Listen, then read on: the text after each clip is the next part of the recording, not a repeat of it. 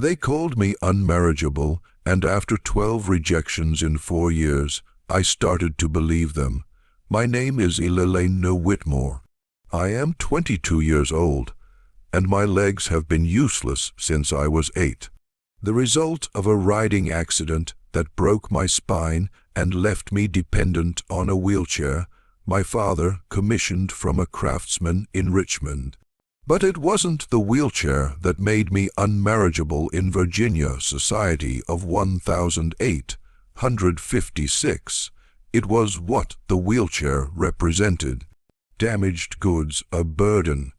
A woman who couldn't fulfill the most basic expectation of Southern womanhood, standing beside her husband at social functions, bearing children without complications, managing a household on her feet. 12 men, 12 proposals. My father arranged 12 rejections that grew progressively more brutal as my reputation, as the crippled Whitmore girl, spread through Virginia's planter class. But this story isn't about my disability. It's about how my father's desperate solution, giving me to an enslaved man called the Brute, became the greatest love story I would ever know, and how a society that saw me as worthless and him as property was proven catastrophically wrong about both of us. Let me take you back to March of 1856, to the moment my father made a decision that would change 3 lives forever. Whitmore Estate sits in the Piedmont region of Virginia, 20 miles west of Charlottesville, where rolling hills meet dense forests and tobacco fields stretched toward the Blue Ridge Mountains. 5,000 acres of prime farmland, 200 enslaved people, and a house my grandfather built in 1790. 2 stories of red brick with white columns, crystal chandeliers imported from France, and enough rooms that I could go days without seeing my father if we both tried. I was born here in 1834, the only child of Colonel Richard Whitmore and his wife Catherine. My mother died 3 days after my birth from childbed fever, leaving my father with an infant daughter and no interest in remarrying. He raised me with a combination of distant affection and practical determination. I was educated beyond what most Southern girls received, taught to read Greek and Latin, to calculate figures, to discuss philosophy and politics. He'd intended to marry me well to use my education as an asset that would attract a wealthy, intelligent husband. Then came the riding accident.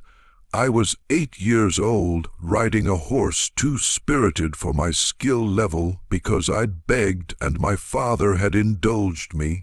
The horse spooked at a snake, reared, and I fell. I landed on my back across a fallen log, and I heard something crack. Not the log, but my spine. The doctors came from Richmond and Philadelphia. They examined, conferred, and delivered their verdict. The damage was permanent. My legs would never work properly again. I might regain some sensation, some limited movement, but I would never walk normally, never run, never dance. I would need a wheelchair for the rest of my life. My father commissioned the finest wheelchair available. Mahogany frame, leather seat, wheels that rolled smoothly on the polished floors of our house. He hired tutors to continue my education, since I couldn't attend social functions as easily. He adapted our home ramps where there were steps, wider doorways, a bedroom on the ground floor, but he couldn't adapt Virginia society. By age 14, when other girls my age were being courted at parties and picnics, I was home with my books. By 16, when my peers were getting engaged, I was watching through windows as life happened without me. By age 18, my father began his campaign to find me a husband. He was 51, in good health, but increasingly anxious about what would happen to me after his death. "You need protection," he told me. "You need someone to care for you, to manage the estate, to ensure you're secure." "I can manage the estate," I said. "You've taught me enough about business and farming, Elelena." His voice was gentle but firm. You know that's not how society works, a woman alone especially. He gestured at my wheelchair. You need a husband. The first proposal came from Thomas Aldrich, age 35, a tobacco planter from Lynchburg. My father invited him for dinner, presented me in the parlor, and I watched Thomas's eyes travel from my face to the wheelchair and then to the floor. Miss Whitmore is educated, my father said. She reads Greek, speaks French, manages household accounts with exceptional skill. Colonel Whitmore, Thomas interrupted, might I speak with you privately? They left me in the parlor. I knew what was happening, could hear the low voices from the study, could imagine Thomas saying what every subsequent suitor would say in variations. My father returned alone. Mr. Aldrich has declined. He feels the situation isn't suitable because I can't walk.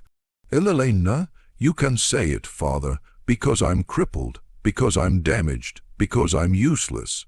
You are not useless, but his eyes said he understood the world disagreed. The second proposal came 3 months later. James Morrison, age 40, widower with 3 children. The conversation in my father's study lasted longer this time. I heard raised voices, heard my father arguing, but the result was the same. Morrison emerged and looked at me with something like pity. Miss Whitmore, you seem a lovely young woman, but my children need a mother who can manage them physically. I'm sorry. The third, fourth, and fifth proposals came throughout 1853 and 1854. Each rejection had its own flavor of cruelty. I need a wife who can stand beside me at social functions, not sit while others stand. The wedding would be embarrassing. How would she process down the aisle? I've heard she can't have children. What's the point of marriage? That last rumor was particularly insidious. Some doctor had speculated without examining me that my spinal injury might affect my ability to bear children. The rumor spread like wildfire through Virginia society, and suddenly I wasn't just disabled, I was also infertile. I tried to correct it. The doctors in Philadelphia said my reproductive system is fine, that the injury doesn't affect, but reputations don't care about facts. Once labeled unable to bear children, I might as well have been labeled plague carrier. By 1855, my father's attempts had become desperate. He approached men from other states, North Carolina, Maryland, Kentucky. He lowered his standards for wealth and social standing. He offered increasingly generous dowries. The answer was always no. Rejection 9 came in January 1856 from a man named William Foster, who my father had met through business connections. Foster was 50 years old, portly, twice widowed, with a reputation for drinking. My father was offering him $5, certain a third of our estate's annual profits. Foster toured our property, met with my father's lawyer, examined the financial arrangements. Then he met me. Can you sew? He asked. No, sir. My hands have limited dexterity. Can you cook? I've never learned. We have kitchen stuff. Can you manage servants? I can direct household operations from my chair. He turned to my father. Colonel, your daughter is charming, but I need a wife who can perform welly duties. This situation is untenable. After Foster left, I found my father in his study, staring at the wall, a glass of bourbon in his hand. Father, you can stop. I don't need 12 proposals, Elena. His voice was flat, defeated. I've arranged 12 proposals in 4 years. Every single man has declined, some politely, some brutally, but all with the same message. You're not worth marrying. The words hit like physical blows. Then I won't marry. I'll stay here. I'll help you manage. I'm 55 years old. I could die tomorrow or live 20 more years, but either way, I'll die eventually, and when I do, what happens to you? He finally looked at me. Our male relatives will inherit this estate. Do you think your cousin Robert will let you stay? He'll sell this place and give you some pittance to live on in a boarding house somewhere, dependent on his charity. Then leave me the estate in your will. I can't. Virginia law doesn't allow it. Women can't inherit property independently, especially not unmarried women, and especially not. He gestured at my wheelchair, unable or unwilling to finish the sentence. I felt tears burning, but refused to cry. Then what do you suggest? He took a long drink. I don't know, but I have to figure something out because I will not leave you unprotected. That was in February 1856. 4 weeks later, my father called me to his study and told me about his solution. A solution so radical, so shocking, so completely outside social norms that I was certain I'd misheard him. I'm giving you to Josiah, he said. He'll be your husband. I stared at him. Josiah, the blacksmith, yes. The enslaved blacksmith. Yes, father, you cannot be serious. I'm completely serious. He stood and paced the way he did when making difficult decisions. Elena, no white man will marry you. That's the reality we face, but you need protection. You need someone strong enough to carry you, capable enough to manage physical tasks you can't do, loyal enough to care for you when I'm gone. And you think an enslaved man. Josiah is the strongest man on this estate. He's intelligent, healthy, and by all accounts, gentle despite his size. He'll protect you, he'll provide for you, and he won't abandon you because he's bound to you by law. The logic was horrifying. Father, this is not how I know it's unconventional. I know society will condemn it, but society has already condemned you, Elena. 12 men looked at you and decided you weren't worth marrying, so I'm done caring what society thinks. I'm arranging protection for my daughter using the resources available to me. You're treating me like property, giving me to a slave as if I'm furniture. I'm ensuring you survive. His voice rose, then fell. Elena, I've spent 4 years trying to find you a husband through proper channels. It's failed. So now I'm trying something else. If it makes you feel better, I'll tell you this. I've observed Josiah for years. He's never been violent. He's never been cruel. Reads, yes, I know he's not supposed to, but I've seen him. He's smart and capable and everything you need in a protector. I tried to process this. My father wanted me to marry, or whatever passed for marriage when one party was enslaved, a man I'd barely spoken to, a man society called property, a man known as the brute because of his immense size. Have you asked Josiah? Not yet. I wanted to tell you first, and if I refuse, my father's face was ancient, exhausted. Then I'll keep trying to find a white husband, and we'll both know I'm going to fail, and you'll spend your life in boarding houses after I die, dependent on relatives who don't want you. It was the bleakest possible presentation of my future, and as much as I wanted to rage against it, to insist there had to be another way, I couldn't argue with his logic. No white man wanted me. Society had declared me unmarriageable. My options were accept my father's radical solution or face a future of dependency and vulnerability. Can I meet him first? Actually talk to him? Of course, I'll arrange it tomorrow. That night I lay in my bed and tried to imagine my future. I'd heard about Josiah. Everyone on the estate knew about the brute. He was enormous, over 7 feet tall, with shoulders like a bull and hands that could bend iron. He worked in the blacksmith shop making horseshoes and tools and equipment. People were afraid of him. Enslaved people gave him space. White visitors commented on his size with a mixture of fascination and fear, and my father wanted me to marry him. I tried to imagine it, tried to imagine living with a man I didn't know, a man society considered property, a man who looked like he could break me in half without effort. I tried to imagine him as a husband, as a protector, as the person who would carry me through life after my father died, and I couldn't see past the fear, past the strangeness, past the absolute impossibility of this plan, but as dawn approached and sleep eluded me, one thought crystallized. If I had to choose between a future dependent on relatives who viewed me as a burden, or a future with a man my father trusted to protect me, maybe the radical solution was the only solution. Tomorrow I would meet Josiah, and we would both discover whether my father's desperate plan had any chance of working. They brought Josiah to the house the next morning, and my first thought was, "Dear God, he's impossibly large." I was in the parlor, positioned by the window in my wheelchair, when I heard heavy footsteps in the hall. My father entered first, followed by a figure that had to duck to fit through the doorway. Josiah was 7 feet tall if he was an inch, with shoulders that barely cleared the door frame's width. He weighed at least 300 lb, all of it muscle from years of blacksmith work. His hands were enormous, scarred from forge burns, capable of bending iron bars.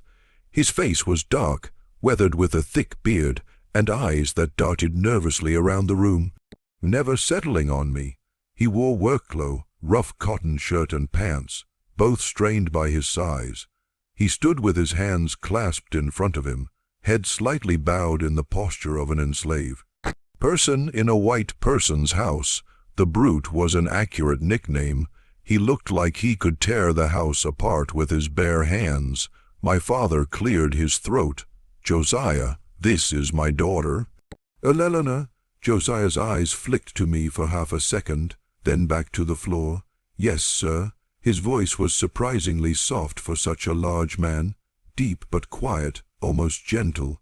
"Elena," my father continued, "I've explained the situation to Josiah. He understands that he'll be responsible for your care and protection." I found my voice, though it trembled. "Josiah, do you understand what my father is proposing?" Another quick glance at me, then back down. "Yes, miss. I'm to be your husband, to protect you, to help you, and you've agreed to this." Now he looked confused, as if the concept of his agreement mattering was foreign. The colonel said, "I should, miss, but do you want to?" The question seemed to startle him. His eyes met mine for the first time, dark brown, surprisingly gentle for such a fearsome face. I don't know what I want, miss. I'm a slave. What I want doesn't usually matter." The honesty was brutal and fair. My father interceded. "Elena, perhaps you and Josiah should speak privately. I'll be in my study if you need me." He left, closing the door behind him, leaving me alone with a 7-foot enslaved man who supposedly would become my husband. Silence stretched between us. Josiah stood frozen, clearly uncertain what to do. I was equally uncertain. "What did you say to someone you'd been given to like property?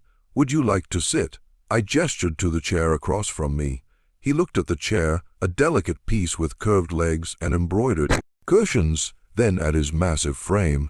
"I don't think that chair would hold me, miss." The sofa, then.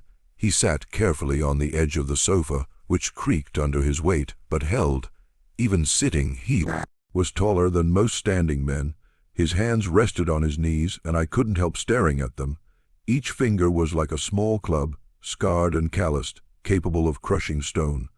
"Are you afraid of me, miss?" His voice was quiet. "Should I be? No, miss. I would never hurt you. I swear that." "They call you the Brute." He flinched. "Yes, miss, because of my size, because I look frightening. But I'm not brutal. I've never hurt anyone, not on purpose. But you could, if you wanted to. I could." He met my eyes again. "But I wouldn't, not you, not anyone who didn't deserve it." There was something in his eyes, a sadness, a resignation, a gentleness that didn't match his appearance. I made a decision. "Josiah, I want to be honest with you. I don't want this any more than you probably do. I don't know you. You don't know me. My father is arranging this because he's desperate and I'm unmarriageable, and he thinks you're the only solution. But if we're going to do this, if we're going to live together, work together, whatever this arrangement becomes, I need to know. Are you dangerous? No, miss. Are you cruel? No, miss. Are you going to hurt me? Never, miss. I promise on Everything I hold sacred, I will never hurt you. The earnestness in his voice was undeniable. He believed what he was saying. Then I have another question. Can you read? The question clearly surprised him. His eyes widened, a flash of fear crossing his face. Why do you ask? Because my father mentioned it. He said he'd seen you reading. Is that true? Josiah was silent for a long moment. Reading was illegal for enslaved people in Virginia. Teaching an enslaved person to read could result in punishment for both teacher and student. Admitting literacy was risky. Finally, he said quietly, "Yes, miss, I can read. I taught myself when I was younger. I know it's not allowed, but I couldn't stop myself." Books he struggled for words. They're doorways to places I'll never go, to thoughts I'd never have otherwise. What do you read? Whatever I can find, miss. Old newspapers mostly. Sometimes books I borrow from other slaves who found them. I read slowly. I didn't learn properly, but I read. Have you read Shakespeare? He looked startled again. Yes, miss. There's an old copy in the library that no one ever touches. I've read it at night when everyone's asleep. Which plays Hamlet, Romeo and Juliet, The Tempest? His voice gained enthusiasm despite himself. The Tempest is my favorite. The idea of Prospero controlling the island with magic, of Ariel wanting freedom, of Caliban being treated as a monster, but maybe being more human than anyone. He stopped abruptly, as if remembering where he was. Sorry, miss, I'm talking too much. No, I was smiling, genuinely smiling for the first time in this bizarre conversation. Keep talking. Tell me about Caliban, and something extraordinary happened. Josiah, the massive enslaved man called the Brute, began discussing Shakespeare with intelligence and insight that would have impressed university professors. Caliban is called a monster, but Shakespeare shows us he's been enslaved, his island stolen, his mother's magic dismissed as witchcraft. Prospero calls him savage, but Prospero is the one who came to the island and claimed ownership of everything, including Caliban himself. So, who's really the monster? I was fascinated. You see Caliban as sympathetic. I see Caliban as human, treated as less than human, but human nonetheless. He trailed off, like enslaved people. I finished. Yes, miss. We talked for 2 hours about Shakespeare, about books, about philosophy and ideas. Josiah was largely self-educated, his knowledge patchy and informal, but his mind was sharp, and his hunger for knowledge obvious, and as we talked, my fear began to dissolve. This man wasn't a brute. He was intelligent, gentle, thoughtful, trapped in a body that society looked at and saw only a monster. Finally, as the conversation wound down, I said, Josiah, if we do this, if we become whatever my father wants us to become, I want you to know something. I don't think you're a brute. I don't think you're a monster. I think you're a person who's been forced into an impossible situation, just like me. His eyes were suddenly wet. Thank you, miss. Call me Elena when we're alone. Call me Elena. I shouldn't, miss. That wouldn't be proper. Nothing about this situation is proper. If we're going to be husband and wife, whatever this arrangement is, you should use my name. He nodded slowly. Elena. My name in his deep, gentle voice sounded like music. Then you should know something, too. I don't think you're unmarriageable. I think the men who rejected you were fools. Any man who can't see past a wheelchair to the person inside doesn't deserve you. It was the kindest thing anyone had said to me in 4 years. Will you do this, Josiah? Will you agree to my father's plan? Yes, no hesitation. I'll protect you, I'll care for you, and I'll try. I'll try to be worthy of you, and I'll try to make this bearable for both of us. We sealed the agreement with a handshake. his enormous hand swallowing mine, warm and surprisingly gentle. My father's radical solution suddenly seemed less impossible. If you're moved by Elena and Josiah's story and want to see where this unprecedented relationship leads, leave a comment telling us where you're watching from and hit that subscribe button so you don't miss the rest of this incredible journey of two people society discarded finding unexpected love. Now, let's continue. The arrangement began formally on April 1st, 1856. My father held a small ceremony, not a wedding in the legal sense, since enslaved people couldn't legally marry, and certainly not a wedding that white society would recognize between a white woman and a black man. But he gathered the household staff, read some Bible verses, and announced that Josiah was now responsible for Elena's care and protection. He speaks with my authority regarding Elena's welfare. My father told the assembled enslaved people and white overseers, treat him with the respect that position deserves. A room was prepared for Josiah, adjacent to mine, connected by a door, but separate, maintaining some pretense of propriety. He moved his few belongings from the slave quarters, some clothes, a few books he'd secretly accumulated, tools from the forge. The first weeks were awkward. We were strangers trying to navigate an impossible situation. I was used to being cared for by female servants. He was used to heavy labor in the forge. Now he was responsible for intimate tasks, helping me dress, carrying me when the wheelchair wouldn't suffice, assisting with personal needs I'd never imagined discussing with a man. But Josiah approached everything with extraordinary gentleness and respect. When he needed to carry me, he would ask permission first. When helping me dress, he would avert his eyes whenever possible. When I needed assistance with private matters, he would maintain my dignity even when the situation was inherently undignified.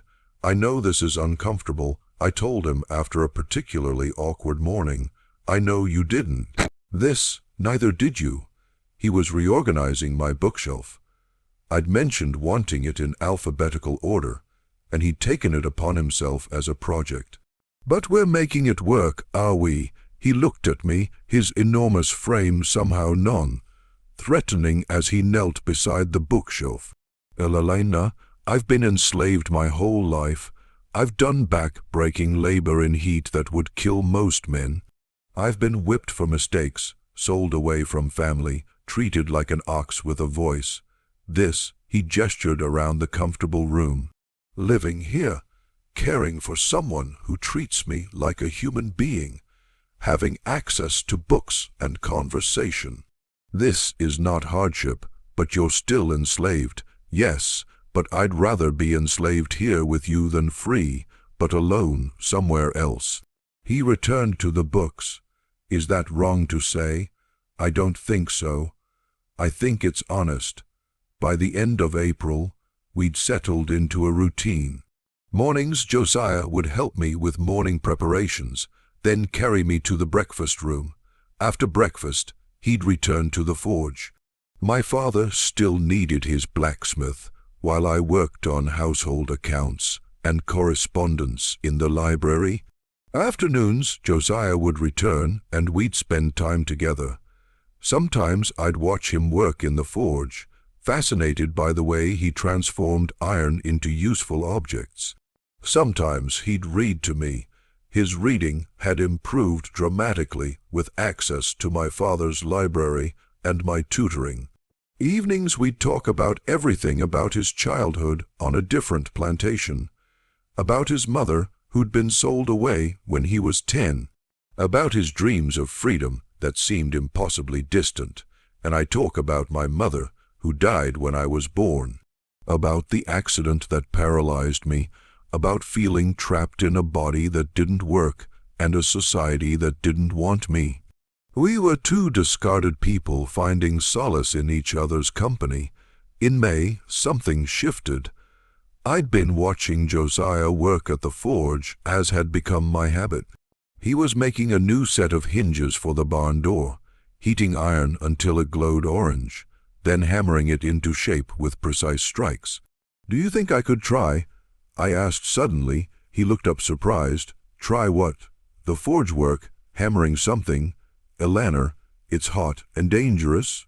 And I've never done anything physically demanding in my life, because everyone assumes I'm too fragile. But maybe with your help." He studied me for a long moment, then nodded. "Okay, let me set it up safely." He positioned my wheelchair close to the anvil, heating a small piece of iron until it was workable. He placed it on the anvil, then handed me a lighter hammer, still heavy but manageable. "Hit right there. Don't worry about strength. Just feel the metal moving." I swung. The hammer hit the iron with a weak thunk. Barely made an impression. "Again, put your shoulders into it." I swung harder. A slightly better hit. The iron bent marginally. "Good." Again, I hammered again and again. My arms burned. My shoulders itched. Sweat poured down my face. But I was doing physical work, actually shaping metal with my own hands. When the iron cooled, Josiah held up the slightly bent piece. "Your first project. It's not much, but you made it." I was crying and laughing simultaneously. "I made something with my hands, with strength. You're stronger than you think." He set down the iron. "You've always been strong. You just needed the right activity." From that day forward, I spent hours at the forge. Josiah taught me the basics: how to heat metal, how to hammer, how to shape. I wasn't strong enough for heavy work, but I could make small items. Hooks, simple tools, decorative pieces. For the first time in 14 years since my accident, I felt physically capable. My legs didn't work, but my arms and hands did, and in the forge, that was enough. June brought a different revelation. We were in the library one evening. Josiah was reading Keats's poetry aloud. His reading had improved to the point that he could handle more complex texts. His voice was perfect for poetry, deep and resonant, giving weight to every line. "A thing of beauty is a joy forever," he read. "Its loveliness increases. It will never pass into nothingness." "Do you believe that?" I asked. "That beauty is permanent?" "I think beauty in memory is permanent. The thing itself might fade, but the memory of beauty lasts." "What's the most beautiful thing you've ever seen?" He was quiet for a moment. "You yesterday at the forge, covered in soot, sweating, laughing while you hammered that nail." "That was beautiful." My heart skipped. "Josiah, I'm sorry. I shouldn't have. No." I rolled my wheelchair closer to where he sat. "Say it again." "You were beautiful. You are beautiful. You've always been beautiful, Eleanor. The wheelchair doesn't change that. The legs that don't work don't change that. You're intelligent and kind and brave and, yes, physically beautiful too."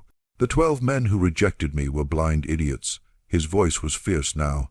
They saw a wheelchair and stopped looking. They didn't see you. They didn't see the woman who learned Greek just because she could, who reads philosophy for pleasure, who learned to forge iron despite having legs that don't work. They didn't see any of that because they didn't want to see it. I reached out and took his hand, his enormous scarred hand that could bend iron but held mine like it was made of glass. "Do you see me, Josiah?" "Yes, I see all of you. And you're the most beautiful person I've ever known. I think I'm falling in love with you." The words hung in the air between us. Dangerous words, impossible words. A white woman and an enslaved black man in Virginia in 1856. There was no space in society for what I was feeling. "Elena," he said carefully, "you can't, we can't. If anyone knew, they'd what? We're already living together. My father already gave me to you. What's the difference if I love you? The difference is safety. Your safety, my safety. If people think this arrangement is affection rather than obligation, I don't care what people think."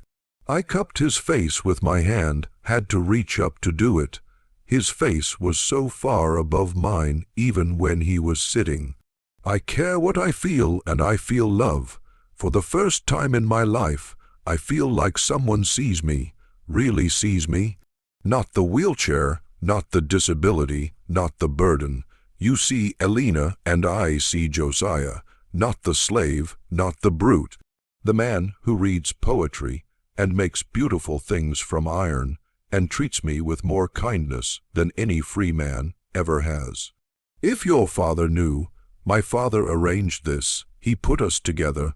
Whatever happens is partially his responsibility. I leaned forward. Josiah, I understand if you don't feel the same. I understand this is complicated and dangerous, and maybe I'm just lonely and confused, but I needed to tell you. He was quiet for so long, I thought I'd ruined everything. Then I've loved you since the first real conversation we had. When you asked me about Shakespeare and actually listened to my answer, when you treated me like my thoughts mattered, I've loved you every day since, Elena. I just never thought I could say it. Say it now, I love you. We kissed. My first kiss at age 22 with a man's society said shouldn't exist to me in a library, surrounded by books that would condemn what we were doing. It was perfect. For 5 months, Josiah and I lived in a bubble of stolen happiness. We were careful, never showing affection in public, maintaining the facade of dutiful ward and assigned protector. But in private, we were simply two people in love. My father either didn't notice or chose not to notice. He saw that I was happier, that Josiah was attentive, that the arrangement was working.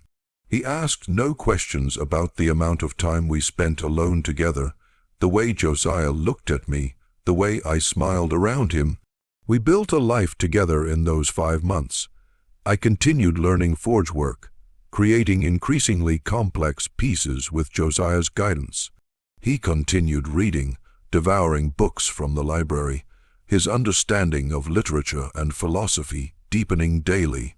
We talked endlessly about everything and nothing, about dreams of a world where we could be together openly, about the impossibility of those dreams, about finding joy in the present despite the uncertain future. And yes, we became intimate. I won't detail what happens between two people in love, but I'll say this. Josiah approached physical intimacy the same way he approached everything with me, with extraordinary gentleness, with concern for my comfort, with reverence that made me feel cherished rather than used. By October, we'd created our own world inside the impossible space society had forced us into. We were happy in ways neither of us had imagined possible. Then my father discovered the truth. It was December 15th, 1856. Josiah and I were in the library, lost in each other, kissing with the freedom of people who thought they were alone.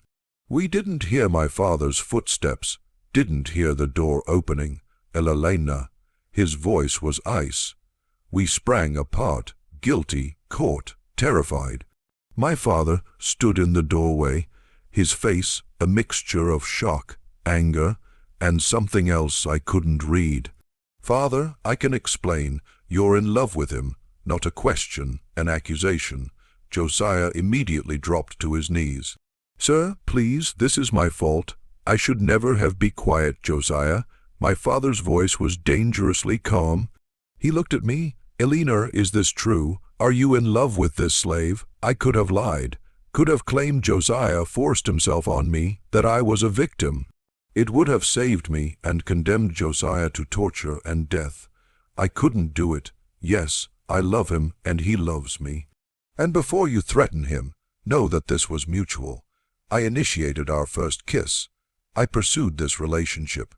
If you're going to punish someone, punish me. My father's face went through a series of expressions. Rage, disbelief, confusion. Finally, Josiah, go to your room now. Don't leave it until I send for you. Sir, now Josiah left, casting one anguished look back at me. The door closed, leaving me alone with my father. Do you understand what you've done? He asked quietly. I've fallen in love with a good man who treats me with respect and kindness. You've fallen in love with property, with a slave. Elena, if this becomes known, you'll be ruined beyond redemption. They'll say you're mad, defective, perverted. They already say I'm damaged and unmarriageable. What's the difference? The difference is protection. I gave you to Josiah to protect you, not for this. Then you shouldn't have put us together. You shouldn't have given me to someone intelligent and kind and gentle. If you didn't want me to fall in love with him. We were both shouting now, years of frustration pouring out. I wanted you safe, not scandalous. I am safe, safer than I've ever been. Josiah would die before letting anyone hurt me. And what happens when I die, when the estate passes to your cousin? Do you think Robert will let you keep an enslaved husband? He'll sell Josiah the day I'm buried and install you in some institution. Then free him, free Josiah, let us leave. Well, go north. Will the north isn't some promised land, Elena? A white woman with a black man, former slave or not, will face prejudice everywhere. You think your life is hard now. Try living as an interracial couple. I don't care. Well, I do. I'm your father, and I've spent your entire life trying to protect you. And I will not watch you throw yourself into a situation that will destroy you. Being without Josiah will destroy me. Don't you understand? For the first time in my life, I'm happy, I'm loved, I'm valued for who I am rather than what I can't do. And you want to take that away because society says it's wrong. My father sank into a chair, suddenly looking every one of his 56 years. What do you want me to do, Eleanor? Bless this, accept it. I want you to understand that I love him, that he loves me, and that whatever you do, that won't change. Silence stretched between us. Outside, December wind rattled the windows. Somewhere in the house, Josiah was waiting to learn his fate. Finally, my father spoke. I could sell him, send him to the deep south, make sure you never see him again. My blood ran cold. Father, please let me finish. He looked at me with exhausted eyes. I could sell him. That would be the proper solution. Separate you, pretend this never happened, find you another arrangement. Please don't, but I won't. He held up a hand. I won't because I've watched you these past 9 months. I've seen you smile more in 9 months with Josiah than in the previous 14 years. I've seen you become confident, capable, happy, and I've seen how he looks at you like you're the most precious thing in the world. Hope flickered in my chest. Father, I don't understand this. I don't like it. It goes against everything I was raised to believe. But he rubbed his face. But you're right. I put you together. I created this situation, and denying that you'd form a genuine bond was naive. So, what are you saying? I'm saying I need time to think, to figure out a solution that doesn't end with either of you miserable or destroyed. He stood. But Eleanor, you need to understand if this relationship continues, there's no place for it in Virginia, in the South, maybe not anywhere. Are you prepared for that reality, if it means being with Josiah? Yes, he nodded slowly. Then I'll find a way. I don't know what yet, but I'll find a way. He left me in the library, my heart pounding, hope and fear wearing inside me. Josiah was summoned back an hour later. We told him what my father had said, and he collapsed into a chair, overwhelmed. He's not going to sell me. He's not going to sell you. He's going to help us. He said he'd try to find a solution. Josiah put his head in his hands and cried deep, shaking sobs of relief and disbelief. I held him as best I could from my wheelchair, and we clung to the fragile hope that maybe somehow my father would make the impossible possible. My father spent 2 months deliberating, 2 months during which Josiah and I lived in anxious suspension. Choose waiting for his decision. We continued our routines, forge work, reading, conversations, but everything felt temporary, conditional on whatever solution my father conceived. In late February 1857, he called us both to his study. "I've made my decision," he said without preamble. We sat across from him, me in my wheelchair, Josiah perched on a too small chair, both of us holding hands despite the impropriety. "There's no way to make this work in Virginia or anywhere in the South. Society won't accept it, and laws actively forbid it. If I keep Josiah here, even as your declared protector, suspicions will grow. Eventually, someone will investigate, and you'll both be destroyed." My heart sank. This sounded like prelude to separation. "So," he continued, "I'm offering you an alternative, Josiah. I'm going to free you legally, formally with documents that will stand up in any northern court. Elena, I'm going to give you 5 dayonas, enough to establish a new life, and I'm going to provide letters of introduction to abolitionist contacts in Philadelphia who can help you settle there." I couldn't breathe. You're freeing him?" "Yes, and letting us go north together, yes." Josiah made a sound, half sob, half laugh. "Sir, I don't. I can't. You can and you will."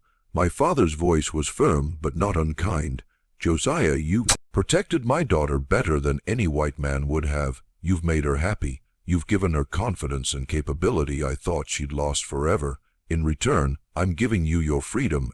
The woman you love." "Father," I whispered, tears streaming, "thank you. Don't thank me yet. This won't be easy. Philadelphia has abolitionist communities that will accept you, but you'll still face prejudice."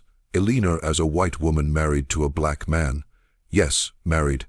I'm arranging for a proper legal marriage before you leave. You'll be ostracized by many. You'll struggle financially, socially, maybe physically. Are you certain you want this?"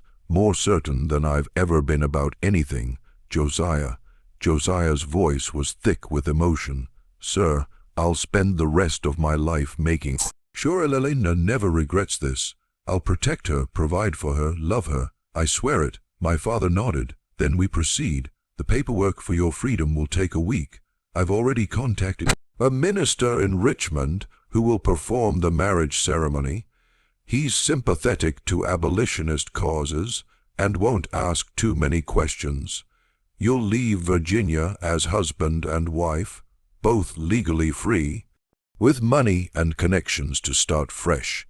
The next week was a whirlwind. My father worked with lawyers to prepare Josiah's freedom papers, documents declaring him a free man, no longer property, able to travel without passes or permission. He arranged our marriage through the sympathetic minister who performed the ceremony in a small church in Richmond, with only my father and 2 witnesses present. Josiah and I spoke vows in front of God and law. I became Elena Whitmore Freeman. I kept both names, honoring my father while embracing my new life. Josiah became Josiah Freeman, a free man, married to a free woman. We left Virginia on March 15, 1857, in a private carriage my father arranged. Our belongings fit in 2 trunks: clothes, books, tools from the forge, and the freedom papers Josiah carried like sacred objects. My father embraced me before we left. "Write to me," he said. "Let me know you're safe. Let me know you're happy." "I will. Father, I know I love you too, Elena. Now go build a life. Be happy." Josiah shook my father's hand. "Sir, I protect her. Josiah, that's all I ask. With my life, sir." We traveled north through Virginia, Maryland, and Delaware, each mile taking us further from slavery and toward freedom. Josiah kept expecting someone to stop us to demand his papers to challenge our marriage, but the papers were solid, and we crossed into Pennsylvania without incident. Philadelphia in 1857 was a bustling city of 300,000 people, including a large free black community in neighborhoods like Mother Bethel. The abolitionist contacts my father provided helped us find housing in a modest apartment in a neighborhood where interracial couples, while unusual, weren't unheard of. Josiah opened a blacksmith shop with money from my father's gift. His reputation grew quickly. He was skilled, reliable, and his immense size meant he could handle work other smiths couldn't. Within a year, Freeman's Forge was one of the busiest in the district. I managed the business side, keeping accounts, dealing with clients, arranging contracts. My education and my mind, which Virginia society had deemed worthless, became essential to our success. We had our first child in November 1858, a boy we named Thomas after my father's middle name.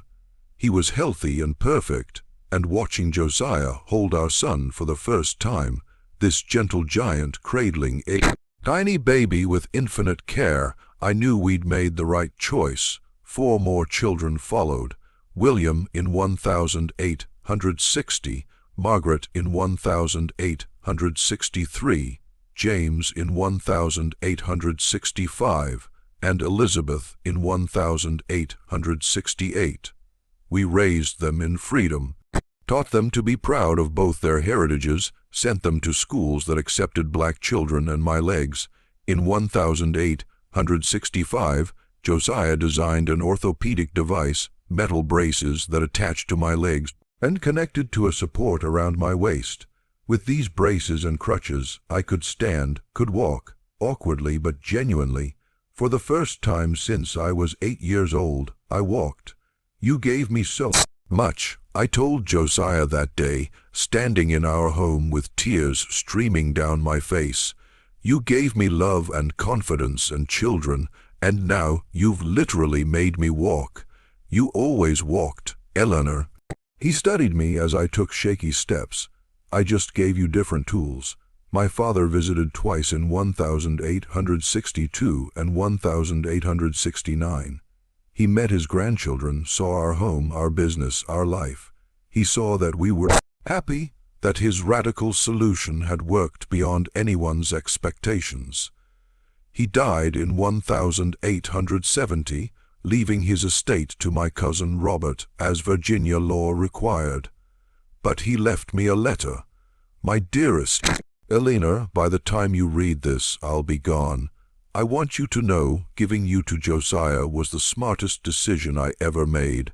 I thought I was arranging protection. I didn't realize I was arranging love. You were never unmarriageable. Society was too blind to see your worth. Thank God Josiah wasn't. Live well, my daughter. Be happy. You deserve it. Love, Father. Josiah and I lived together in Philadelphia for 38 years.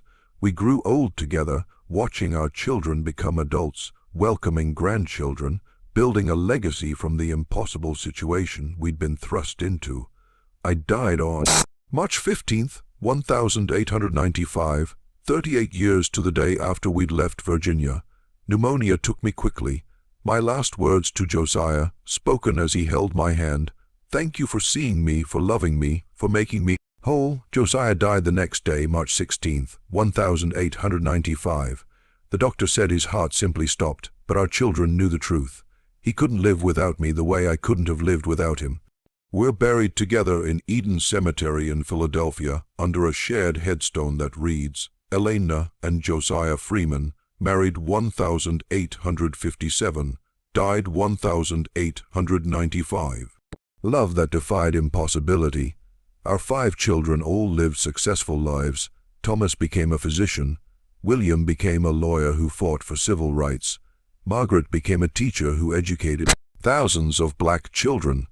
James became an engineer who designed buildings across Philadelphia. Elizabeth became a writer. In 1920, Elizabeth published a book, My Mother, the Brute, and the Love. That changed everything. It told our story, the white woman society called unmarriageable, the enslaved man society called a brute, and how a desperate father's radical solution created one of the most beautiful love stories of the 19th century. This was the story of Eleanor Whitmore and Josiah Freeman, whose marriage began in March 1857 in Richmond, Virginia, when Colonel Richard Whitmore freed Josiah and arranged his daughter Elena's marriage to him before helping them relocate to Philadelphia. Historical records document Josiah's freedom papers, the marriage certificate, and the establishment of Freeman's Forge in Philadelphia in 1857. The couple had 5 children between 1858 and 1868, all documented in Philadelphia birth records. Elena's mobility improvement through orthopedic devices is documented in personal letters preserved by the Freeman family. Both died in March 1895 within 1 day of each other and are buried in Eden Cemetery in Philadelphia. Their daughter, Elizabeth Freeman, published Against All Odds, the Elena and Josiah Freeman story in 1920, which became a significant historical document about interracial marriage and disability in the 19th century. The Freeman family of Philadelphia maintained detailed family records, including Colonel Whitmore's letters and Josiah's freedom papers, which were donated to the Historical Society of Pennsylvania in 1965. The story has been studied as an example of both disability rights history and interracial relationship history during the slavery era. The story of Elena and Josiah Freeman is one of the most beautiful and radical love stories from the slavery era. A tale of two people society discarded, a desperate father's unprecedented solution, and a love that proved everyone wrong about what was possible. Elena was deemed unmarriageable because of her disability. 12 men rejected her before her father made the extraordinary decision to give her to an enslaved man. Josiah was called the Brute because of his size, but beneath that intimidating exterior was a gentle, intelligent man who read Shakespeare in secret and treated Elena with more respect than any free man ever had. Their story challenges everything: assumptions about disability, about race, about what makes someone worthy of love. Elena wasn't broken because her legs didn't work. She was brilliant, capable, and strong. Josiah wasn't a brute because of his size. He was poetic, thoughtful, and extraordinarily gentle, and Colonel Whitmore's decision, shocking as it was, demonstrated a radical understanding that his daughter needed love and respect more than she needed social approval. He freed Josiah, gave them money and connections, and sent them north to build the life Virginia would never allow. They lived together for 38 years, raised 5 successful children, built a thriving business, and died within a day of each other because their love was so complete that neither could survive without the other.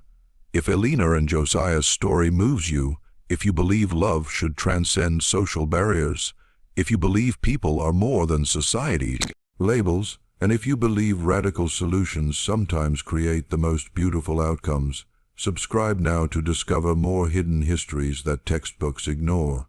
These are the stories of people who defied impossible odds and proved that love, intelligence, and human dignity matter more than social conventions. Leave a comment right now. What moves you most about Elena and Josiah's story? Father's radical decision, their unexpected love, the fact that they built a successful life despite every obstacle. Share your thoughts and help keep this powerful narrative alive. Your engagement, comments, subscriptions, shares ensures that stories like Elena and Josiah's aren't forgotten, that we remember the complex, beautiful, defiant histories that challenge our assumptions about the past. Subscribe now and join us in preserving these essential narratives of love against impossible odds.